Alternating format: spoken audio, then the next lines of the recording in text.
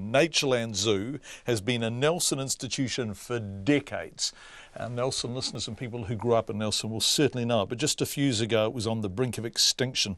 People marched in the streets and even stormed the city council chamber in protest over plans to close it. The Orana Park Trust stepped in to help but was forced to exit after being financially constrained in the wake of the Christchurch earthquakes. Then in 2013, Meg Rutledge, a young American zoologist, and her New Zealand husband Mike turned up at the small zoo with big plans. Here's Tracy Neal with what happened next.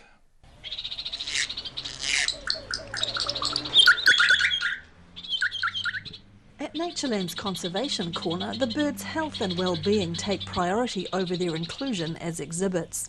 They're tucked away in a quiet spot, past the Himalayan yaks, the llamas, the peacocks and the turtles lounging blissfully in their enclosure. In a purpose-built aviary, 3 South Islandkaka formed the basis of a special breeding program.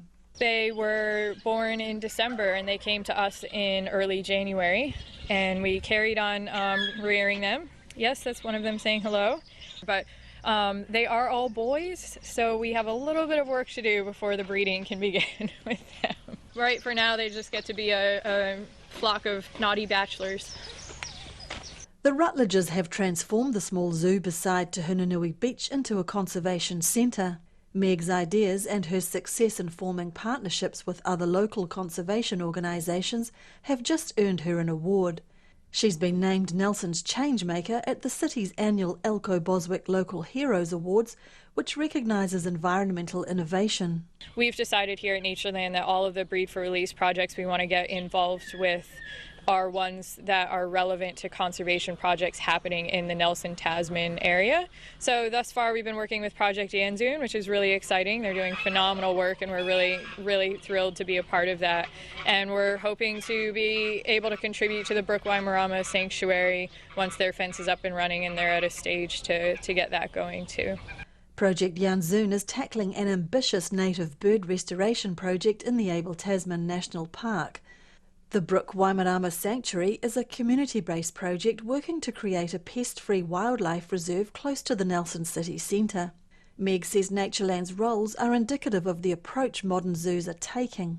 It is an area that I think zoos can really contribute, and we have time and again made a huge impact with a number of species, but I just think it's critically important to always ask how are we doing and what can we do better along the way. So she says zoos still suffer a public image problem.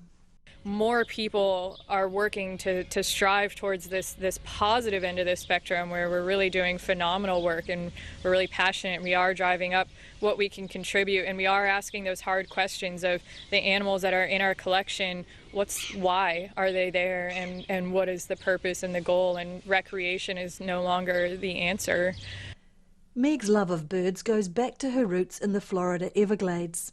I'm from a part of South Florida that's wedged in between the Everglades and the ocean, and so a lot of estuary birds and wading birds as well as the pelagic sea birds, and I started out in wildlife rehabilitation when I was young, so most of my bird experience is actually practical learning knowledge from the time I was 18. That knowledge is backed by degrees from Florida Atlantic University, Yale and scholarship work at Auckland University. She says the long-held dream of one day owning her own zoo has turned out better than expected. Oh, and so much more. Some of it not anticipated at all. Yeah, so, you have the good days and the bad days, but overall it's been amazing. Meg has recently added another strand to her work as the new chair of the National Zoo and Aquarium Association. Mō te hōtaka, o te ahi ahi, ko Tracy Neal tēnei. Kia ora, Tracy.